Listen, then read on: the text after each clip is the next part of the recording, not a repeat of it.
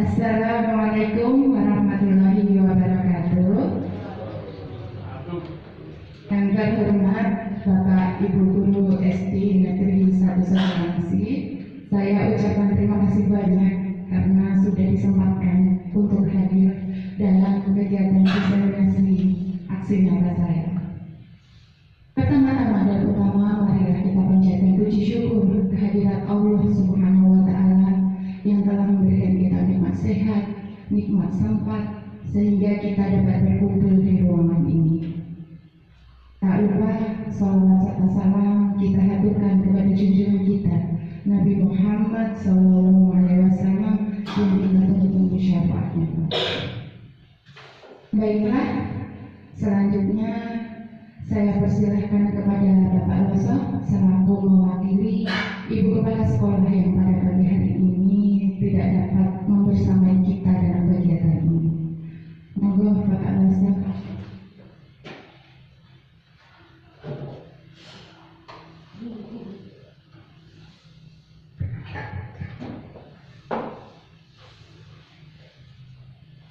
Bismillahirrahmanirrahim. Assalamualaikum warahmatullahi wabarakatuh. Alhamdulillah wa syukurillah, la haula wa la quwata illa billah. Bapak Ibu guru yang saya hormati, yang pertama dan yang pertama, mari kita bersama-sama memanjatkan rasa syukur kita kepada Allah Subhanahu wa Ta'ala, yang mana pada kesempatan pagi yang cerah ini kita masih bisa bermajah berkumpul di ruangan SD Negeri 1 Sulawesi yang saya cintai. Sebelumnya mari sholawat dan salam kita aturkan kepada junjungan kita Nabiullah Nabi Abu Yaman Nabi Agung Muhammad SAW yang telah membawa umatnya dari zaman jahiliyah atau dari zaman kegelapan untuk menuju zaman yang terang benderang seperti yang kita alami seperti ini. Sebelumnya mohon maaf, saya mewakili beliau Bu Kepala Sekolah yang pada hari ini ada kebersamaan kegiatan sehingga tidak bisa mendampingi kita di SD ini, terkhusus yaitu beliau Bu Nur Aini yang pada kesempatan pagi hari ini beliau sebagai guru bergerak, sehingga nanti dalam pelaksanaan yang akan datang kita menjadikan motor bergerak kegiatan dunia pendidikan khususnya di SD yang kita cintai ini bisa lebih maksimal, bisa lebih progresif, bisa lebih maju apa yang telah diperoleh ilmu. Terkhusus alhamdulillah di sini SD yang kita cintai sudah ada 2 guru bergerak. Pertama yaitu Bu Nurna ini dan yang kedua Bu Umi Fadilah. Ini kedua-duanya sebagai porter penggerak kegiatan pendidikan sehingga dalam proses belajar mengajar ini bisa membawa dampak yang positif, khususnya yaitu kegiatan KBM yang akan berlangsung setelah nanti ibu-ibu berdua untuk mendapatkan yaitu ilmu yang telah diperoleh dari sebagai guru penggerak. Karena apa? Sebagai guru penggerak ini merupakan ujung tombak kegiatan terbaru dari program pemerintah, khususnya dari canang Bapak Menteri Pendidikan. Karena sekarang dunia digital atau dunia IT ini semuanya harus menguasai, sehingga dalam penerapan pembelajaran bisa lebih memaksimalkan untuk daya serap anak. Terutama yaitu budaya positif, pembiasaan untuk budaya positif ini di SD yaitu sebagai pembiasaan karakter anak sehingga anak terbiasa untuk berbuat yang terbaik di lingkungan sekolah, di lingkungan keluarga, di lingkungan masyarakat. Karena apa? Pendidikan itu dipengaruhi ada 3 hal. Yang pertama itu pendidikan formal, kedua pendidikan informal, yang ketiga pendidikan non formal. Pendidikan informal itu pendidikan yang diperoleh dari keluarga. Utamanya pendidikan itu diawali ujung tombaknya itu dari keluarga, pendidikan keluarga. Ini sangat luas waktunya, sehingga leluasa untuk mengawasi atau untuk memberikan karakter anak itu orang tua juga sebagai faktor penentu, faktor pendukung. Yang kedua itu pendidikan formal. Pendidikan formal itu yang berkaitan dengan pendidikan sekolah atau di bangku sekolah. Di bangku sekolah ini kan waktunya terbatas. Mungkin masuk jam 7, pulang jam setengah 2. Ini waktu yang sedikit. Tapi kalau di rumah mungkin pada sore hari, pagi hari, malam hari perlu awasan atau bimbingan dari orang tua. Nah, pendidikan formal, pendidikan sekolah ini juga merupakan ujung tombak penentu keberhasilan anak untuk mencetak anak-anak yang intelektual, yang IQ-nya untuk lebih matang. Ini juga tak lepas dari sumbangsih Bapak Ibu guru dalam proses belajar mengajar ini bisa menguasai materi terkhusus, yaitu sebagai guru penggerak.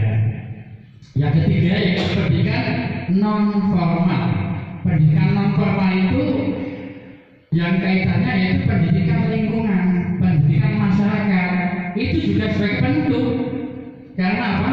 Di lingkungan yang tidak nyaman, di lingkungan yang tidak kondusif, di lingkungan yang mungkin banyak anak kenakalan remaja, kenakalan anak itu juga mempengaruhi pendidikan perkembangan pada peserta didik. Maka ketiga-tiganya saling berkaitan, saling berkesinambungan, saling bersinergi. Katanya berkesinambungan itu maksudnya yaitu saling mengisi, saling melengkapi. Pendidikan informal, pendidikan keluarga, pendidikan formal, pendidikan sekolah, pendidikan non formal, pendidikan lingkungan atau pendidikan masyarakat. Maka dalam pepatah disampaikan oleh beliau Ki Hajar Dewantara. Ki Hajar Dewantara itu mempunyai kenangan 3 hal. Apa itu? 3 hal pendidikan Ki Hajar Dewantara itu, yaitu dia menyatakan ada 3. Ingarso sung tulodo. Pertama. Yang kedua, ing madya manungkasa. Yang ketiga yaitu tutwuring handayani. Ingarso sung tulodo maksudnya kita sebagai ujung tombak guru itu harus memberikan suri tahu dan memberikan contoh yang terbaik. Di depan harus selalu memberi contoh yang terbaik. Nah itu ingarso tulodo. Ing madya manungkasa, maksudnya di tengah-tengah dalam proses pendidikan ini kita harus bisa menguatkan yaitu lingkungan yang kondusif, lingkungan yang nyaman, lingkungan yang jauh dari bullying.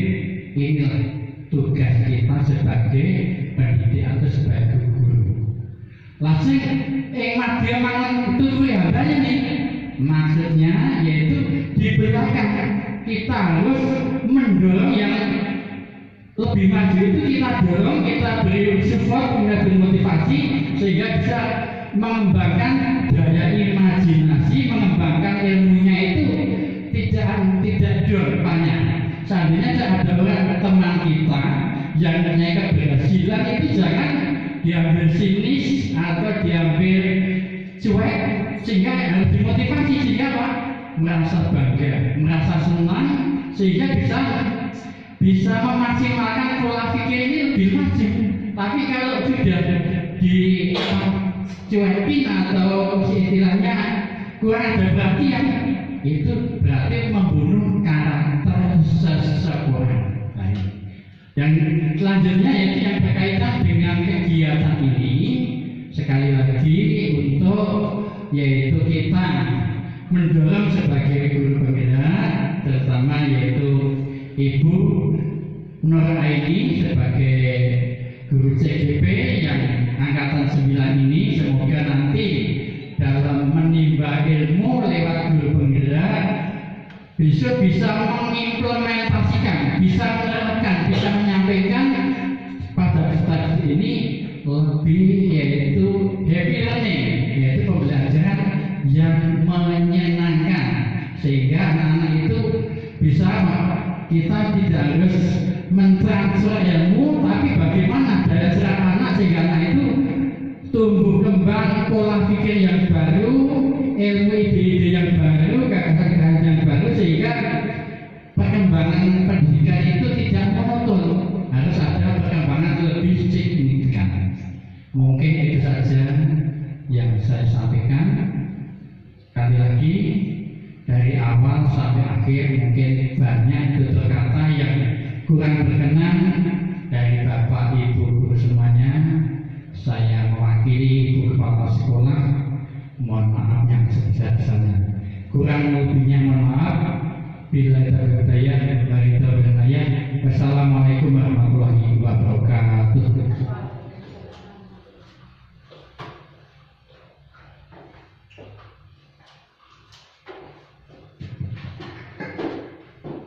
Baiklah, terima kasih Bapak Dosa telah memberikan sambutan pada kegiatan diseminasi aksi nyata saya. Selanjutnya ialah acara berbagi praktik baik. Sebelumnya mohon maaf ya Bapak Ibu, saya di sini tidak bermaksud untuk menggurui Bapak Ibu semua. Saya di sini hanya ingin berbagi praktik baik apa yang saya dapatkan dalam menempuh pendidikan guru penggerak. Karena tadi Pak Masa tadi mengingatkan, kalau kita maju, ayo maju bareng, seperti itu. Tidak maju sendirian. Maka dari itu saya melakukan diseminasi tentang budaya positif. Baiklah, selanjutnya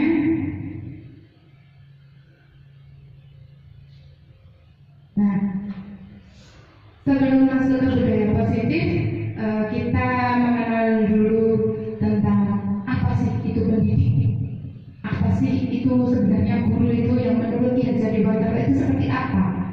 Nah, Ki Hajar Dewantara memaparkan seperti ini. Kita ambil contoh perbandingannya dengan hidup tumbuh-tumbuhan seorang petani. Dalam hakikatnya sama kewajiban dengan seorang pendidik yang menanam padi, misalnya hanya dapat menuntun tumbuhnya padi.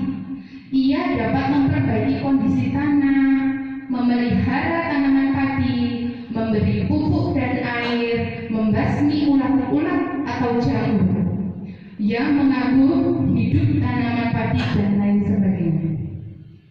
Jadi seperti itu Bapak Ibu, kita itu dulu hanya sebagai menuntun saja. Anak itu sudah membawa kertas buram dari rumahnya, bukan membawa kertas kosong yang putih. Jadi kita nanti hanya menebalkan yang dibawa anak dari rumah. Kalau yang dibawa anak dari rumah itu kurang baik, maka kita meluruskan sehingga nanti menebalkannya ke arah-arah yang lebih baik. Kita tidak bisa merubah karakter anak yang dibawa anak dari rumah. Dari uraian tersebut kita dapat memahami bahwa sekolah diibaratkan sebagai tanah tempat bercocok tanam, sehingga guru harus mengusahakan sekolah jadi lingkungan yang menyenangkan, menjaga dan melindungi murid dari hal-hal yang tidak baik. Dengan demikian, karakter murid dapat tumbuh dengan baik. Sebagai contoh, murid yang tadinya malas menjadi semangat. Bukan kebalikannya, murid yang awalnya malas tambah malas. Bukan seperti itu. Murid akan mampu menerima dan menyerap suatu pembelajaran bila lingkungan di sekelilingnya terasa aman dan nyaman. Selama seseorang merasakan tekanan-tekanan dari lingkungannya, maka proses pembelajaran akan sulit terjadi. Jadi, kalau murid kita tekan, misalnya, kamu harus bisa ini pada minggu ini, kamu harus bisa ini pada bulan ini, kamu harus bisa ini pada semester ini.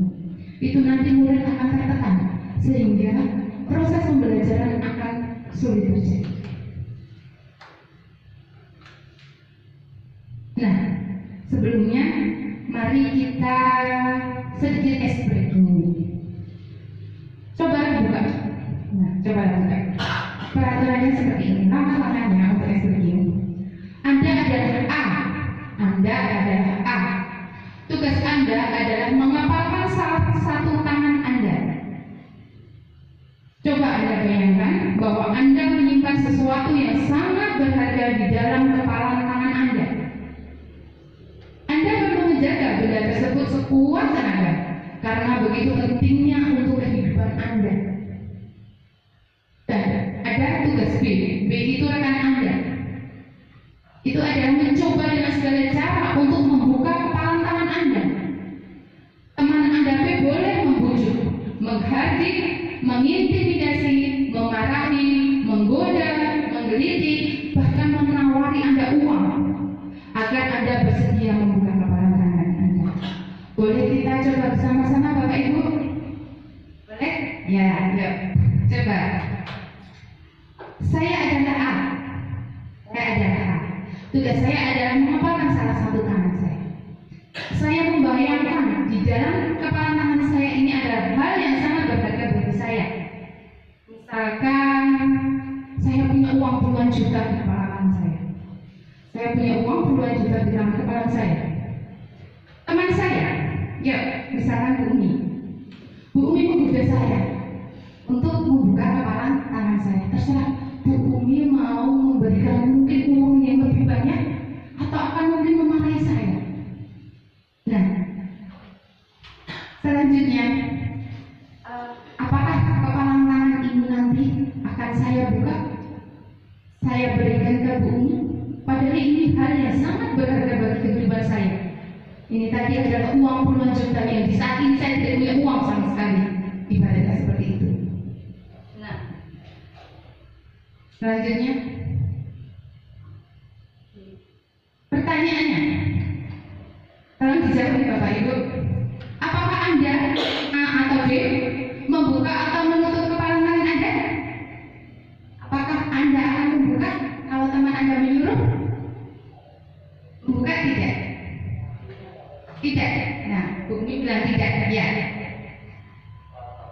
Mengapa? Alasannya apa Bu Umi kalau tidak membuka kepala tangannya? Karena itu hal yang sangat penting bagi saya.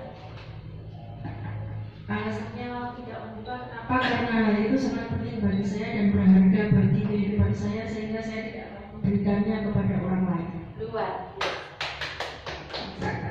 Luar biasa jawaban Bu Umi. Iya, betul. Ini sangat berharga bagi saya. Walau bagaimanapun tidak akan saya berikan kepada siapapun. Tawarannya apapun tidak akan saya berikan. Selanjutnya, dalam kegiatan ini sesungguhnya siapa yang memegang kendali atau kontrol untuk membuka atau menutup kepala tangan? Siapa yang memegang kendali untuk membuka dan menutup ini? Apakah diri kita sendiri? Apakah orang lain? Ya, betul. Diri kita sendiri. Kita sendiri yang memegang kontrol atas kepala tangan kita. Apakah kita membuka atau menutup kepala tangan kita? Itu bergantung pada diri kita masing-masing, sesuai dengan kebutuhan dasar kita saat itu. Misalkan tadi saya memegang uang puluhan juta, saya mempunyai kebutuhan dasar. Dan saat itu saya tidak punya uang sama sekali, nggak mungkin ini saya berikan ke orang lain. Maka saya tetap menjaga kepala tangan saya. Selanjutnya, tadi adalah yang mengontrol diri kita sendiri. Nah, ada teori kontrol yang diungkapkan oleh Dr. William Glasser. Ada 4 teori kontrol. Yang pertama adalah ilusi guru mengontrol murid. Apa itu ilusi guru mengontrol murid? yaitu kita tidak dapat memaksa murid untuk berbuat sesuatu jikalau murid tersebut tidak ingin melakukannya. Semua perilaku murid memiliki tujuan, bahkan terhadap perilaku yang tidak disukai. Murid tidak suka suatu hal itu pasti juga memiliki tujuan. Maka dari itu kita tidak boleh memaksanya. Teori yang kedua, ilusi bahwa semua penguatan positif efektif dan bermanfaat. Penguatan positif atau bujukan yang kita berikan kepada murid adalah bentuk-bentuk kontrol. Segala usaha untuk mempengaruhi murid agar mengulangi suatu perilaku tertentu adalah suatu usaha untuk mengontrol murid tersebut. Jadi apabila murid melakukan sesuatu tindakan yang baik, kita berikan penguatan agar hal baik itu terus dilakukan.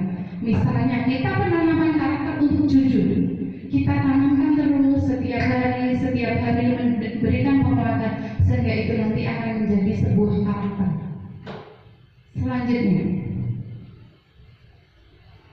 yang ketiga, ilusi bahwa kritik dan membuat orang merasa bersalah dapat menguatkan karakter.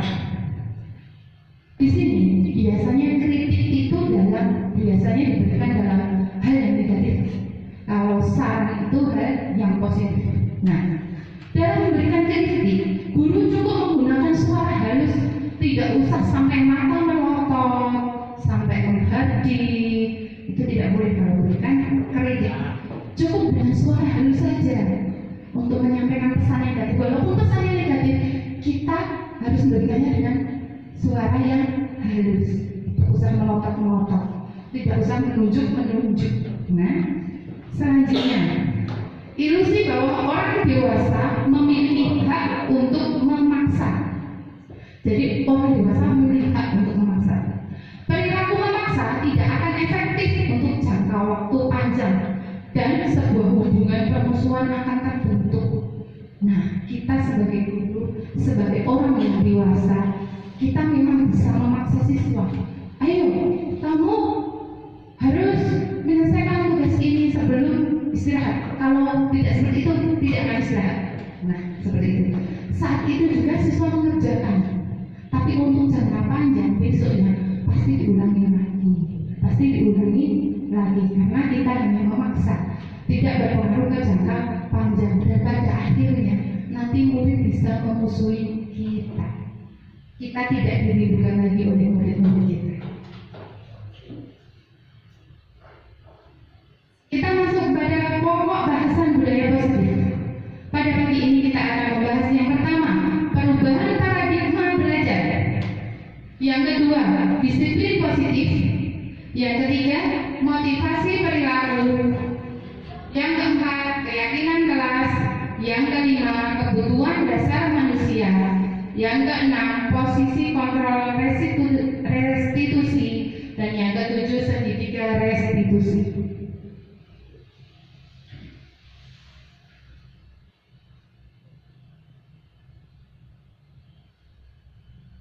Yang pertama tadi adalah perubahan paradigma.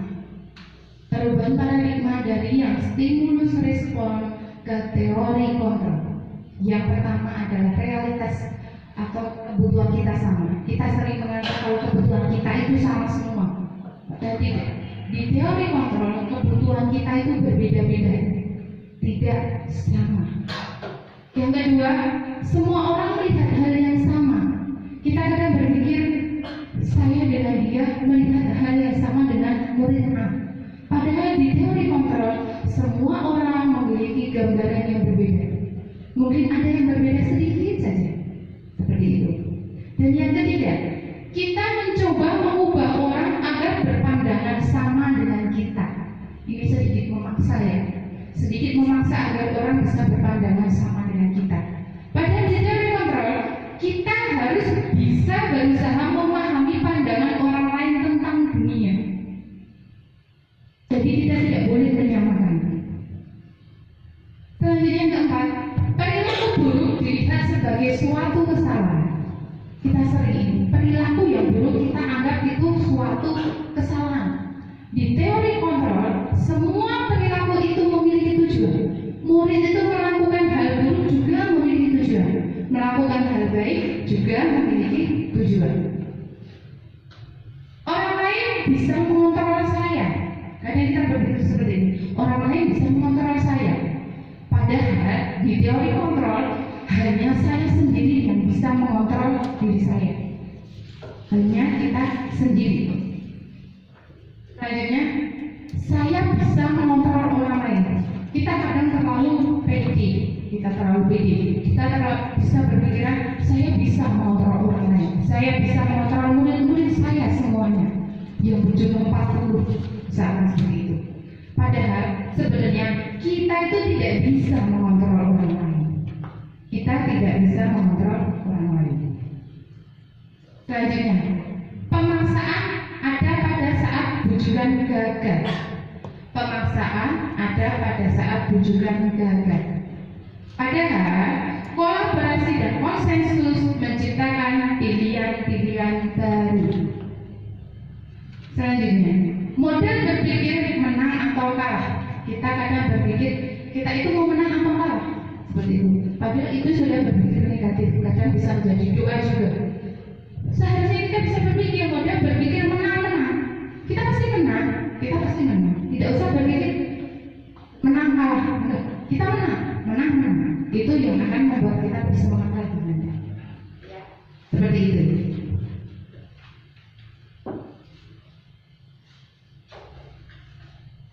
Nah, selanjutnya kita masuk ke disiplin. Apa makna disiplin? Apa makna disiplin? Ada yang tahu Bapak Ibu? Disiplin itu apa? Disiplin.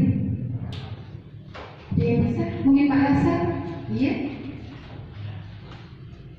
Disiplin itu suatu pekerjaan yang dilaksanakan dengan tepat waktu atau sesuai dengan yang sudah ditentukan. Itu namanya disiplin.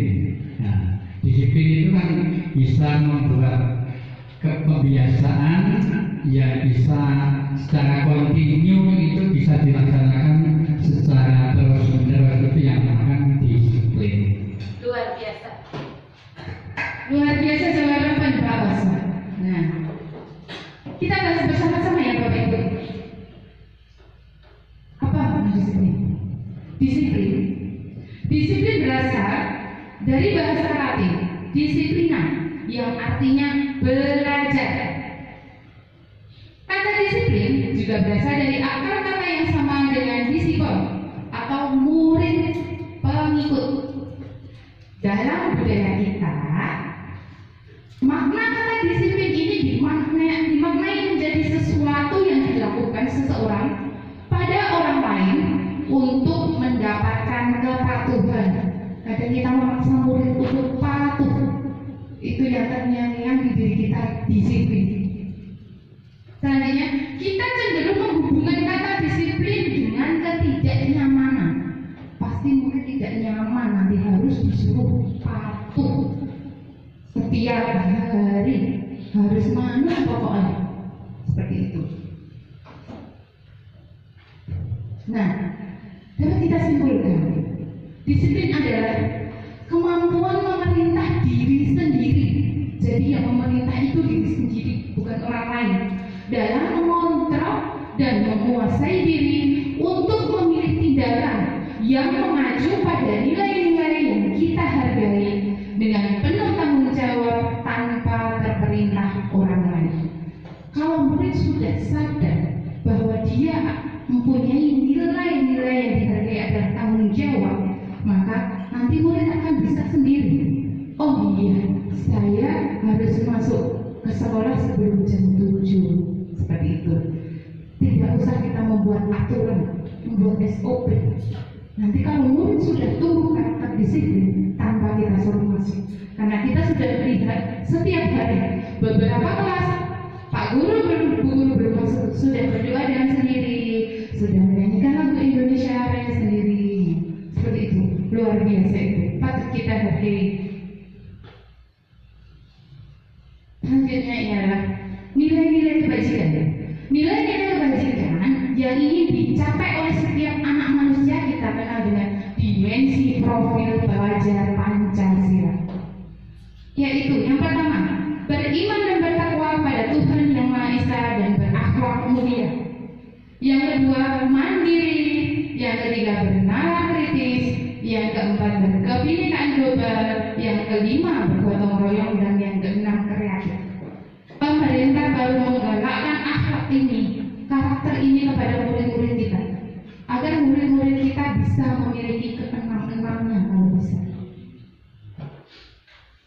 Selanjutnya adalah teori motivasi perilaku manusia.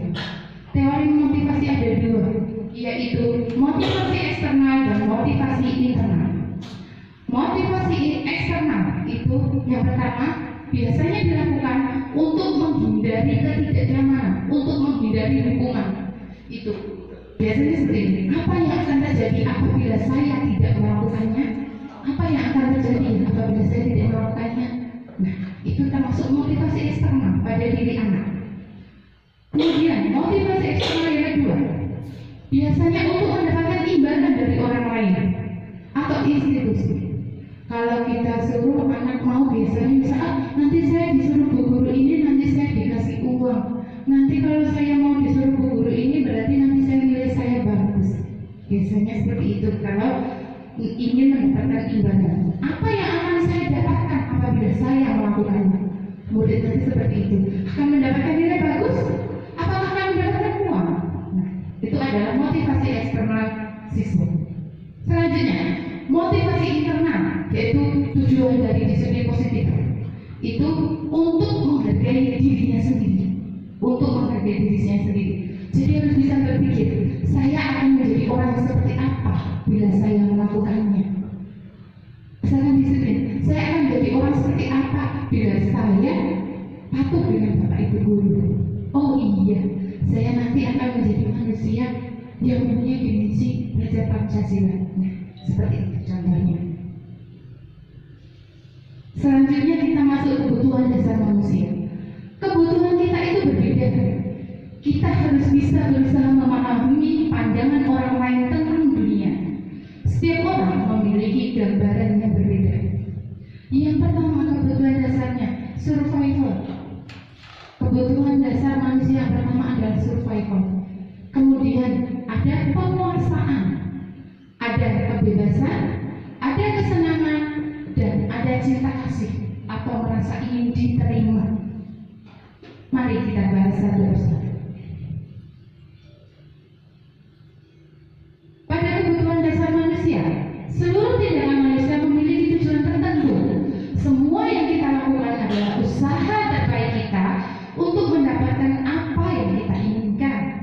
Ketika kita mendapatkan apa yang kita inginkan, sebetulnya saat itu kita sedang memenuhi satu kebutuhan dasar kita, yaitu kebutuhan untuk bertahan hidup, survival, atau kasih sayang dan rasa diterima, atau kebebasan, atau kesenangan, atau bahkan penguasaan.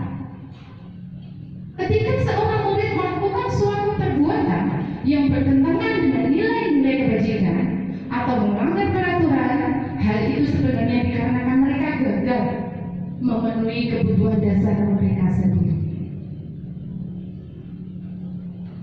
Yang pertama, kita bahas tentang kebutuhan bertahan hidup. Kebutuhan bertahan hidup adalah kebutuhan yang bersifat fisiologis.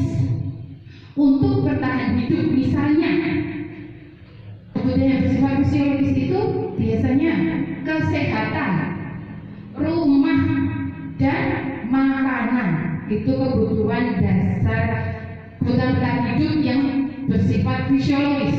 Kalau yang bersifat biologis biasanya dari proses reproduksi, termasuk kebutuhan untuk tetap bertahan hidup. Selanjutnya, komponen psikologis pada kebutuhan ini meliputi kebutuhan akan perasaan aman. Jadi seseorang itu butuh rasa aman. Itu berarti kebutuhan bertahan hidup yang bersifat psikologis. Selanjutnya, kebutuhan dasar selanjutnya adalah kasih sayang dan rasa diterima. Kebutuhan kita untuk bisa diterima dalam suatu kelompok. Kebutuhan untuk disayangi dan diterima meliputi kebutuhan akan hubungan dan koneksi sosial, kebutuhan untuk memberi dan menerima kasih sayang, dan kebutuhan untuk merasa menjadi bagian dari suatu kelompok. Dalam suatu kelompok kita mesti pengen untuk dianggap di situ, dihargai di situ, dan diterima di situ dengan baik. Kebutuhan ini juga meliputi keinginan untuk tetap terhubung dengan orang lain. Dalam suatu kelompok kita pasti ingin dapat terhubung dengan orang lain dengan baik, seperti teman, keluarga, pasangan hidup, teman kerja, bahkan binatang peliharaan, dan kelompok di mana kita tergabung. Anak-anak yang memiliki kebutuhan dasar kasih sayang dan rasa diterima yang tinggi biasanya ingin disukai dan diterima di lingkungannya. Biasanya kalau anak-anak itu memiliki kebutuhan dasar kasih sayang dan diterima, biasanya dia itu ingin disukai teman-temannya satu kelas atau bahkan satu sekolah, dan ingin bisa diterima di lingkungannya. Selanjutnya adalah penguasaan, kebutuhan pengakuan atas kemampuan. Nah, kita itu ingin kadang kita itu ingin berkuasa dalam suatu, misalkan dalam kelas guru, saya harus bisa menguasai murid-murid saya, seperti itu. Nah, kebutuhan ini berhubungan dengan kekuatan untuk mencapai sesuatu, menjadi kompeten, menjadi terampil, diakui atas prestasi dan keterampilan kita, didengarkan dan memiliki rasa harga diri. Kebutuhan ini meliputi keinginan untuk dianggap berharga, bisa membuat perbedaan, bisa membuat pencapaian. Anak-anak yang memiliki kebutuhan dasar akan penguasaan yang tinggi biasanya selalu ingin menjadi pemimpin. Kalau anak selalu ingin jadi pemimpin, berarti dia memiliki kebutuhan dasar akan penguasaan. Dia ingin menjadi nomor satu terus, nggak mau kalau nomor dua. Seperti itu. Mereka juga suka mengamati sebelum mencoba hal baru. Nah, apabila anak-anak didik kita suka mengamati dulu sebelum melakukan hal baru, itu juga termasuk kebutuhan akan penguasaan. Kemudian dan merasa kecewa bila melakukan kesalahan. Mereka juga biasanya rapi dan sistematik dan selalu ingin mencapai yang terbaik. Selanjutnya adalah kebutuhan dasar kebebasan. Kebebasan yang di sini adalah kebutuhan akan pilihan, diberikan kebebasan dalam memilih. Kebutuhan untuk bebas adalah kebutuhan akan kemandirian, otonomi, memiliki pilihan, dan mampu mengendalikan arah hidup seseorang. Anak-anak dengan kebutuhan kebebasan yang tinggi menginginkan pilihan. Jadi anak-anak itu ingin diberikan kita pilihan, bukan kita memberikan, ayo pokoknya harus kemana tidur A, nggak boleh B, tidak seperti itu. Kita harus memberikan pilihan ke anak-anak adalah A, B, dan C. Anak-anak memilih yang mana? Nah, seperti itu. Mereka perlu banyak bergerak. Anak-anak itu perlu banyak bergerak. Tidak bisa hanya diam saja, duduk mendengarkan buku. Tidak. Anak-anak perlu berkolaborasi, bergerak dengan teman-temannya untuk menyatukan pilihan-pilihan mereka. Anak-anak juga suka mencoba-coba dan tidak terlalu terpengaruh orang lain. Anak-anak juga senang mencoba hal baru yang menarik. Biasanya anak-anak menyukai hal baru yang menarik. Jadi kita sebagai guru harus selalu belajar bagaimana menciptakan pembelajaran yang sangat-sangat dan sangat menarik, sehingga siswa dapat senang hati mengikuti pembelajaran. Selanjutnya adalah kesenangan. Kesenangan itu kebutuhan untuk merasa senang. Jadi kita itu butuh kebutuhan akan merasa senang. Kalau sedih sebenarnya kita butuh apa tidak Bapak Ibu? Kalau sedih, kebutuhan tentang kesedihan. Bapak Ibu lebih butuh sedih apa lebih butuh senang? Senang. Iya dong, senang. Masa sedih? Kita aja berusaha untuk selalu bisa senang. Kebutuhan akan kesenangan adalah kebutuhan untuk mencari kesenangan, bermain dan tertawa. Jadi kita itu butuh senang, butuh bermain, dan kita itu juga butuh tertawa. 2 senti ke kanan dan 2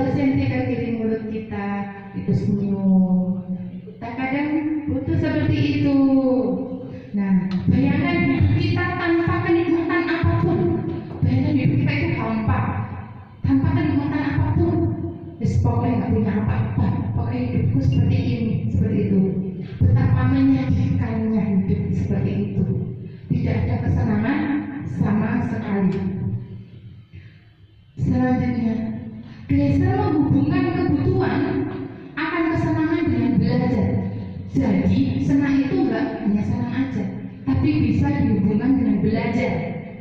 Misalnya, semua hewan dengan tingkat intelijensi tinggi, misalnya anjing, lumba-lumba, itu punya tingkat intelijensi yang tinggi. Itu bermain. Saat mereka bermain, mereka mempelajari keterampilan hidup yang penting. Jadi hewan-hewan yang punya intelijensi yang tinggi, kalau kita lihat mereka hanya bermain saja, tapi pada mereka di situ belajar mempelajari keterampilan hidup yang penting bagi mereka. Manusia juga tidak berbeda. Manusia juga seperti itu. Nah, ini ada satu kasus tentang kebutuhan dasar tadi. Ibu Ani, guru kelas 5 SD di Pelita Hati, sedang bingung menghadapi ulah salah satu murid di kelasnya yang bernama Agus. Beberapa anak datang ini kepada Ibu Ani dan mengeluhkan kalau Agus itu seringkali meminta bekal makanan siang mereka dengan paksa. Jika Anda menghadapi situasi seperti itu, apa yang akan Anda lakukan? Menurut Anda kira-kira apa alasan Agus melakukan itu? Kira-kira kalau Bapak Ibu guru di sini semua jadi ibu Ani, ada anak yang setiap hari meminta bekal makan siang teman-temannya secara paksa, apa yang akan ditindakan Bapak Ibu semua? Misalkan apa? Kalau apa yang akan Anda lakukan kepada Agusnya? Nah, Pak Hafid dipanggil terus dinasehati Pak, dinasehati ya. Dipanggil, dinasehati. Nah, ya menurut solusi jadi Agus itu kenapa kok minta makan paksa kepada teman-temannya? Seperti itu ya Pak ya. Terus dari 5 kebutuhan dasar tadi, ada kebutuhan dasar hidup, ada ingin dicintai, ada penguasaan, ada ingin kesenangan, ada ingin kebebasan. Nah, menurut Bapak Ibu semua, kira-kira apa alasan Agus melakukan itu? Apakah ia akan memenuhi kebutuhan dasar hidup? Apakah akan memenuhi penguasaan? Atau rasa diterima? Atau kesenangan? Atau bahkan kebebasan? Apa Bapak Ibu? Ada yang menjawab survival itu adalah kebutuhan dasar hidup. Ada yang menjawab penguasaan. Ya, luar biasa semua Bapak Ibu. Nah, selanjutnya, dalam konteks penerapan disiplin positif, Ibu Ani sebaiknya mencari tahu dulu alasan Agus. Sama seperti Kak Awe tadi, dipanggil dicari tahu alasannya apa harus melakukan seperti itu. Nah, tindakan tersebut itu untuk mengetahui kebutuhan mana yang sedang berusaha dipenuhi Agus. Agus itu baru memenuhi kebutuhan apa kok setiap hari seperti itu? Yang pertama, apabila jawaban Agus karena ia lapar dan orang tuanya tidak membawakannya bekal makan siang, berarti Agus itu memenuhi kebutuhannya adalah bertahan hidup. Kalau dia lapar, saya itu lapar, saya nggak bawa makanan, berarti itu dia kebutuhannya adalah bertahan hidup. Tapi apabila jawaban Agus, ia senang temannya jadi memperhatikan dia. Dia senang berulah seperti itu karena dia ingin diperhatikan oleh temannya. Berarti kebutuhannya ialah cinta dan kasih sayang, kebutuhan untuk diterima oleh teman-temannya. Yang ketiga, apabila Agus jawabannya adalah dia merasa hebat karena temannya jadi takut dan menuruti dia, berarti kebutuhan dia apa? Ya, luar biasa, penguasaan. Dia ingin menguasai kelas, dia ingin ditakuti oleh teman-temannya semua, seperti itu. Dan yang terakhir, apabila jawaban Agus karena iseng saja Bu,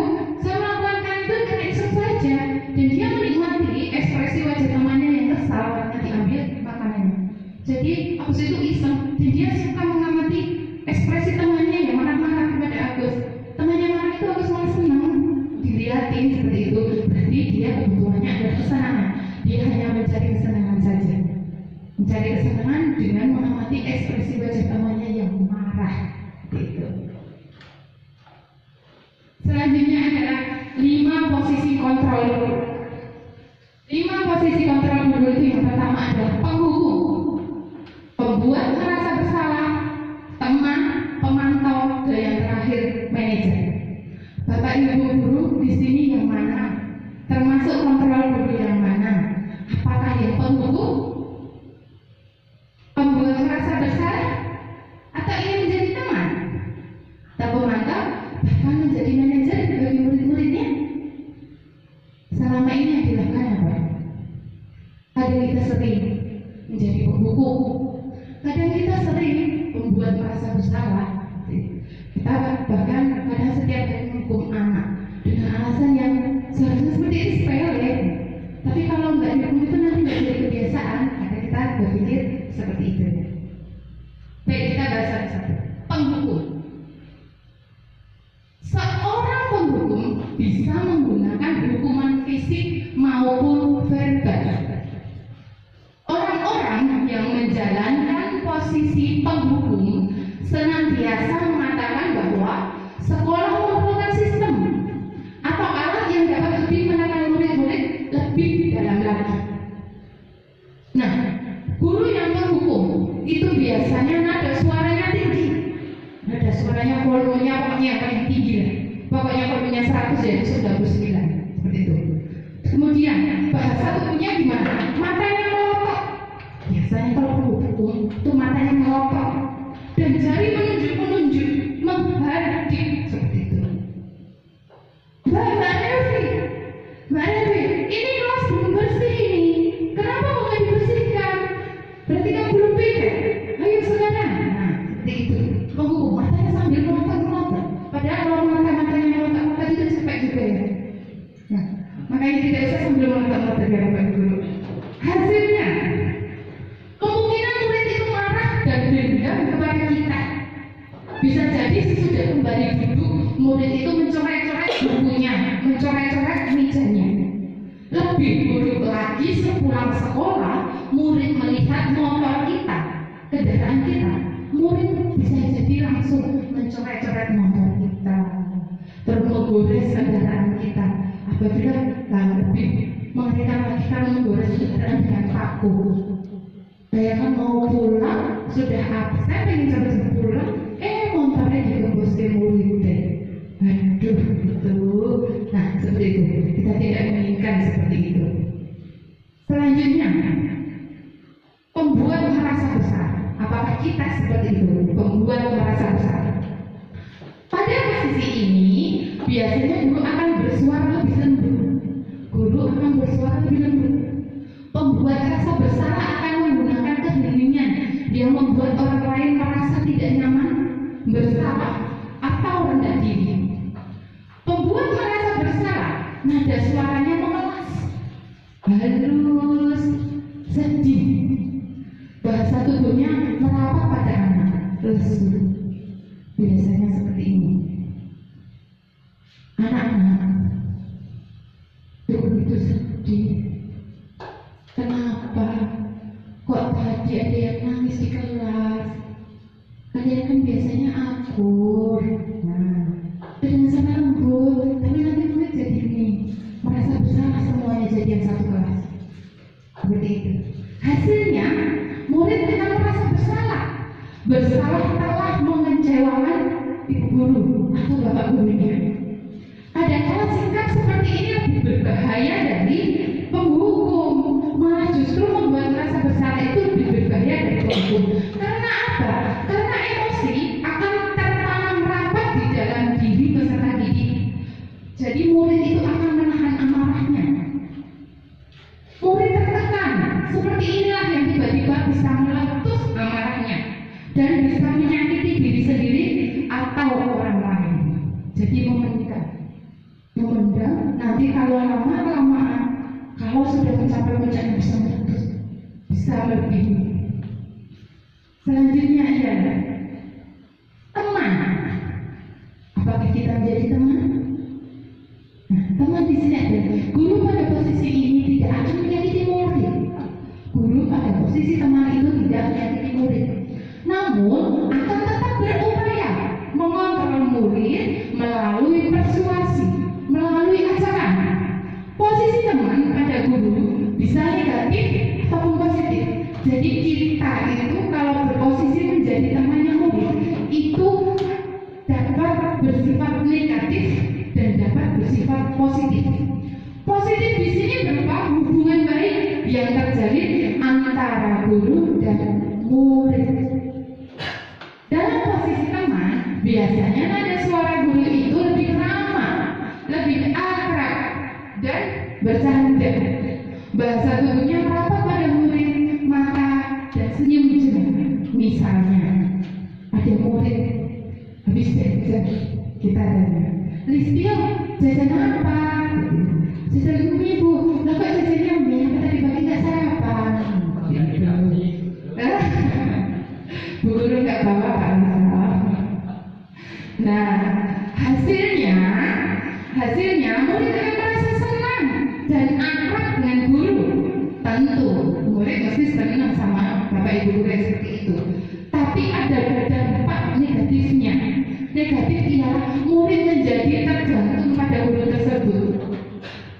Kalau sudah keenakan sama gurunya, lama-lama muridnya, guru enak kok, guru bakalan marah. Jadi nanti kalau ada apa-apa, udah tanya guru aja. Gitu. Bila ada masalah, dia merasa bisa mengandalkan guru tersebut untuk membantunya. Jadi tidak mandiri pada akhirnya ini. Meminta bantuan guru di setiap permasalahannya. Selanjutnya, pemantau. Apakah kita memantau? Memantau itu berarti mengawasi. Pada saat kita mengawasi, kita bertanggung jawab atas perilaku orang-orang yang kita awasi. Posisi pemantau berdasarkan pada peraturan-peraturan dan konsekuensi. Pemantau biasa nada suaranya datar, bahasa tubuhnya formal. Nah, seperti itu. Hasilnya, murid memahami konsekuensi yang harus dijalankan karena kalau melanggar salah satu peraturan sekolah, murid tetap dibuat tidak nyaman, yaitu dengan harus tinggal di kelas pada waktu jam istirahat dan mengerjakan tugas. Nah, apabila tugasnya belum selesai, kita paksa pada saat jam istirahat, pokoknya harus diselesaikan dulu baru boleh istirahat. Seperti itu. Guru tetap harus memantau murid pada saat mengerjakan tugas di jam istirahat karena murid tidak bisa ditinggal seorang diri. Nanti kalau dia tinggal pasti melarikan diri langsung jalan-jalan, tidak bisa menyelesaikan. Biasanya seperti itu. Posisi yang kelima. Nah, posisi yang luar biasa ini, manajer. Manajer adalah posisi di mana guru berbuat sesuatu bersama murid. Jadi guru itu berbuat sesuatu itu selalu bersama murid. Mempersilahkan murid mempertanggungjawabkan perilakunya. Jadi misalkan tadi tidak mengerjakan tugas, ya udah kita ngobrol sama murid, apa yang dilakukan? Terus baiknya bagaimana? Seperti itu. Jadi kita tanya murid nanti yang akan menjawab sendiri. Biasanya Bu, kalau belum selesai itu harus diselesaikan dulu Bu. Itu murid menjawab sendiri.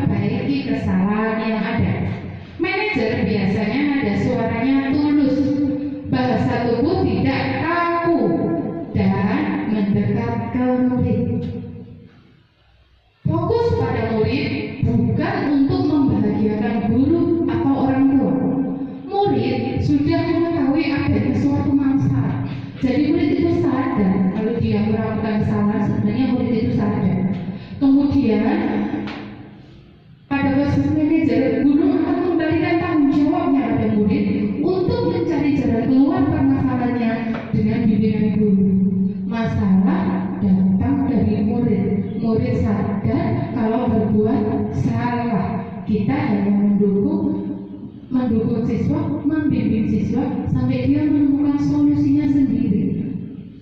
Masalah yang dihadapinya itu dia bisa menemukan solusinya sendiri. Jadi hal ini adalah memerdekakan murid. Memerdekakan murid itu seperti ini. Kita berikan pilihan, kita pokoknya malu dengan murid. Kita hanya membimbing, memfasilitasi saja. Selanjutnya ada pernyataan dan siapa yang mengatakan. Siapa yang mengatakan ini, misalnya guru kita sebagai pendidik. Ada pernyataan misalnya, saya kecewa sekali dengan kamu. Saya kecewa sekali dengan kamu. Itu adalah guru yang membuat orang merasa bersalah. Kalau orang membuat orang merasa bersalah, mesti mengatakannya seperti itu. Saya kecewa sekali dengan kamu. Jadi otomatis murid akan merasa bersalah karena membuat gurunya kecewa. Nah, selanjutnya penghukum. Biasanya penghukum itu mengatakannya seperti ini. Kamu tidak pernah benar melakukannya. Kamu tidak pernah benar melakukannya. Nah, kata tidak pernah. Padahal ya pernah tapi jarang. Nah, padahal ya pernah tapi jarang. Di sini langsung penghukum tadi matanya sambil melotot, sambil menunjuk-nunjuk, sambil ada suaranya tinggi. Kamu tidak pernah benar melakukannya. Posisi teman kita akrab dengan murid biasanya. Ayolah lakukan bu guru. Ayolah kamu bisa. Bu, saya nggak bisa gambar ini bu. Ayolah kamu pasti bisa, dicoba dulu. Nah, seperti itu adalah posisi kontrol guru sebagai teman. Selanjutnya sebagai pemantau. Kalau kita sebagai pemantau, biasanya seperti ini pernyataannya. Apakah kamu mau mendapatkan bintang stiker hari ini? Apakah kamu mau mendapatkan bintang stiker hari ini? Nah, murid sudah melakukan hal yang luar biasa. Nah, terus nanti guru mengatakan seperti itu. Selanjutnya, sebagai manajer yang luar biasa, sebagai manajer, bagaimana kamu bisa menyelesaikan masalah ini? Apabila murid mempunyai masalah, kita bertanya, bagaimana kamu bisa menyelesaikan masalah ini? Nanti murid akan menjawab sendiri. Jadi dia punya masalah sendiri, dijawab sendiri. Itu murid kalau dari manajer. Kalau penghukum juga, ada penghukum lagi. Kamu selalu yang paling terakhir. Nulis paling terakhir dan setelah pulang. Nah, itu mesti kita langsung. Kamu selalu paling yang terakhir. Seperti itu. Kamu selalu terlambat. Itu adalah guru hukum. Itu. Selanjutnya adalah keyakinan keras. Apa itu keyakinan keras? Keyakinan keras adalah nilai-nilai kebajikan atau prinsip-prinsip universal yang disepakati bersama secara universal, lepas dari latar belakang suku, agama, bahasa maupun agama. Menurut Gusserl, suatu keyakinan akan lebih memotivasi seseorang dari dalam atau intrinsik. Seseorang akan lebih bersemangat untuk menjalankan keyakinannya daripada hanya sekedar mengikuti serangkaian peraturan. Itu adalah keyakinan kelas. Pembentukan keyakinan kelas yang pertama adalah keyakinan kelas bersifat abstrak daripada peraturan, lebih rinci dan lebih konkret.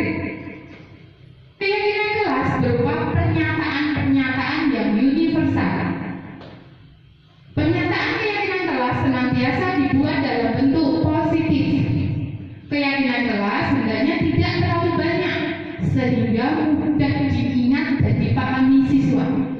Semua warga kelas sebaiknya ikut berkontribusi dalam membuat kegiatan kelas lewat curah pendapat. Jadi kalau membuat keyakinan kelas itu murid diajar. Tidak hanya guru sendiri yang membuat, ditempelkan di dinding kelas. Tidak seperti itu, ya. Ya, saya ada bersedia meninjau kembali keyakinan kelas dari waktu ke waktu. Nah, kalau sudah membuat ditempelkan di kelas, ya nggak dibuat setahun. Kita tinjau. Nanti ada apa yang perlu diperbaiki seperti itu. Nah, ini contoh peraturan, ini contoh keyakinan kelas.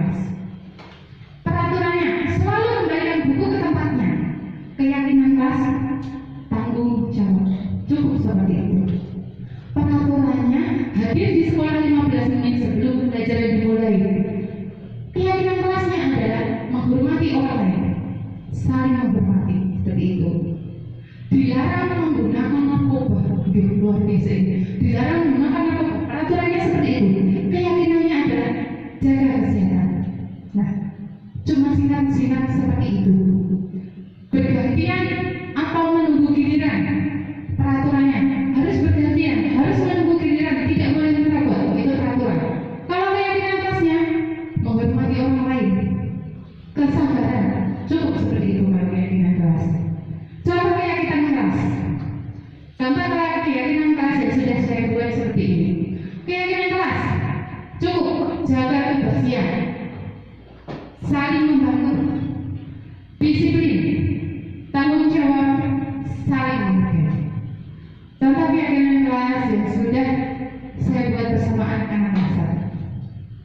Ada contoh lain, kesepakatan kelas 1. Kesepakatan kelas 1 selalu menjaga kebersihan, disiplin dan tepat waktu, saling tolong menolong, berbicara dengan sopan, dan saling menghormati.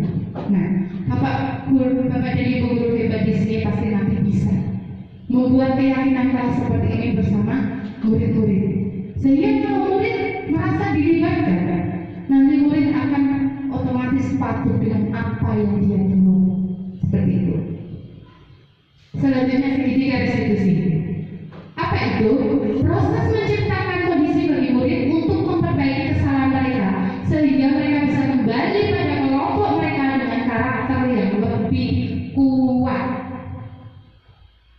Nah, segitiga restitusi itu seperti ini. Pertama, kita menstabilkan identitas. Menstabilkan identitas itu yang bagaimana? Nah, kita bisa berikan pertanyaan ke siswa. Setiap orang pasti pernah melakukan kesalahan, seperti itu. Terus, kamu bukan satu-satunya yang pernah melakukan ini. Nah, itu adalah menstabilkan identitas. Setelah itu, kita melakukan validasi tidak menyesal.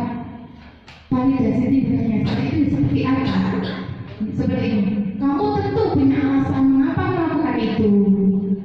Ada cara yang lebih efektif untuk mendapatkan apa yang kamu butuhkan. Nah, itu adalah validasi tindakan yang salah. Dan yang terakhir adalah menanyakan keyakinan. Tadi kita sedang membuat keyakinan bersama. Murid melanggar, berarti kita menanyakan keyakinan. Keyakinan kelas apa yang akan kita sepakati? Seperti itu. Kamu ingin jadi orang yang seperti apa? Nah, itu termasuk menanyakan keyakinan pada diri siswa. Tahapan segitiga restitusi yaitu tadi menstabilkan identitas. Kita dapat berbicara berbuat salah itu tidak apa-apa. Berbuat salah itu tidak apa-apa. Ada tidak ada manusia yang sempurna. Saya juga pernah melakukan kesalahan seperti itu. Kita pasti bisa menyelesaikan masalah ini.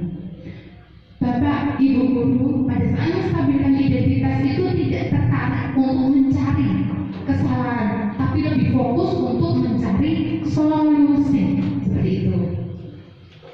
Selanjutnya, validasi tindakan yang salah. Validasi tindakan salah biasanya pertanyaan seperti ini.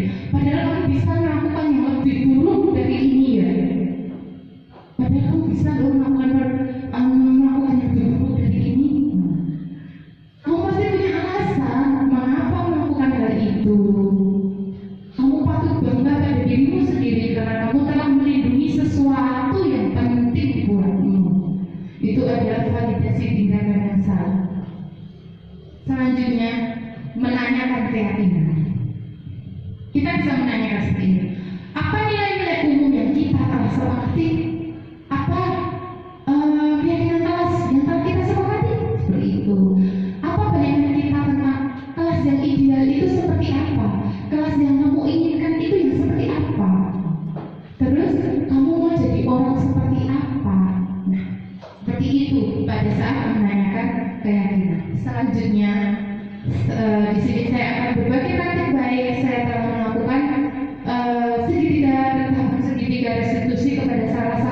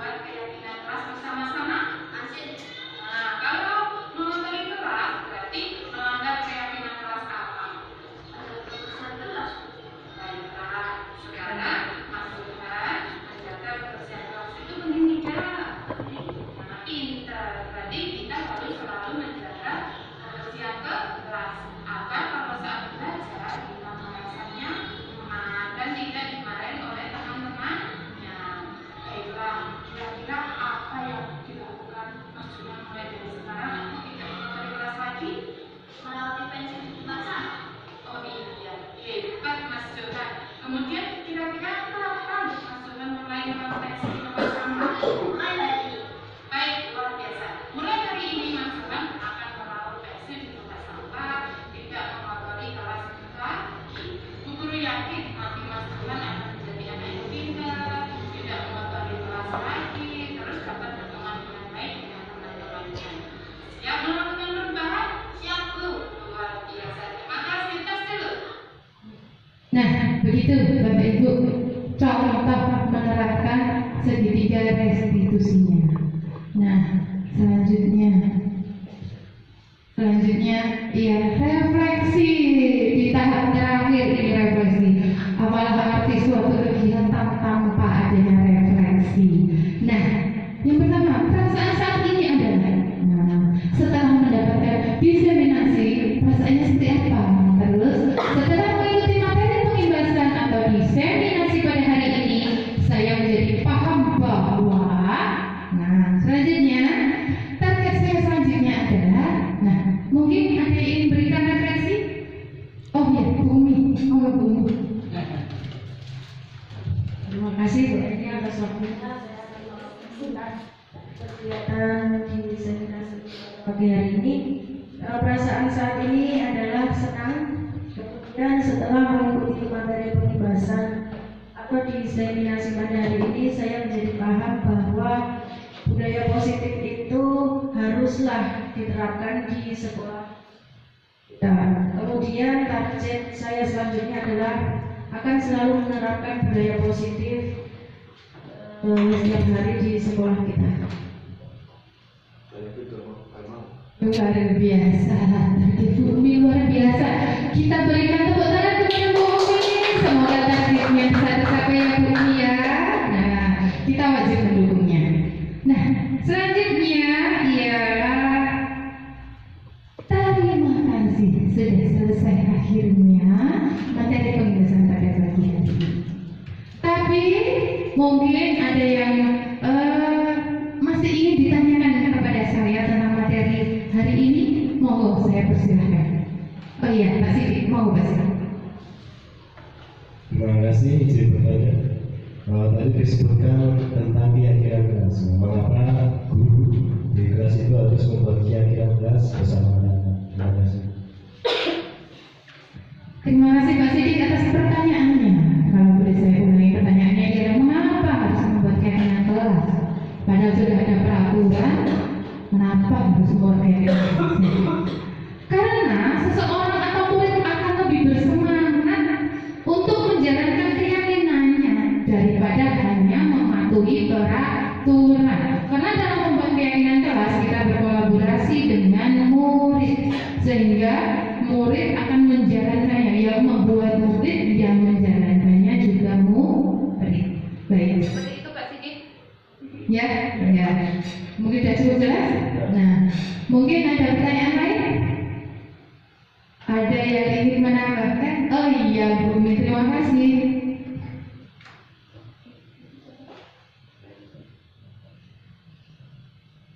Terima kasih Bu Aini. Saya ingin bertanya tentang tadi Bu Aini menjelaskan ilusi bahwa kritik dan membuat orang merasa bersalah dapat menguatkan karakter. Mohon contoh konkretnya itu seperti apa ya? Baik, terima kasih Bu Umi atas pertanyaannya. Nah, ilusi bahwa kritik itu dan membuat orang merasa bersalah dapat menguatkan karakter. Bagaimana contohnya? Nah, dalam penerapan ini guru harus menggunakan suara halus. Misalnya, ada anak yang tulisannya kurang rapi. Bisa, tulisan kamu ini kurang rapi loh. Andaikan kamu mau untuk terus belajar menulis setiap hari, nanti lama-kelamaan tulisan kamu akan rapi. Nah, seperti itu Bu Umi, dengan memberikan kritik tapi dengan suara yang halus. Nah, mungkin ada yang bertanya lagi? Oh iya, mungkin sudah cukup jelas Bapak Ibu semua ya. Dan baiklah, di penghujung acara ini saya ucapkan terima kasih kepada Bapak Ibu guru semua sudah menyempatkan waktu yang luar biasa dalam kegiatan aksi nyata saya ini. Terima kasih banyak. Dan wassalamualaikum warahmatullahi wabarakatuh.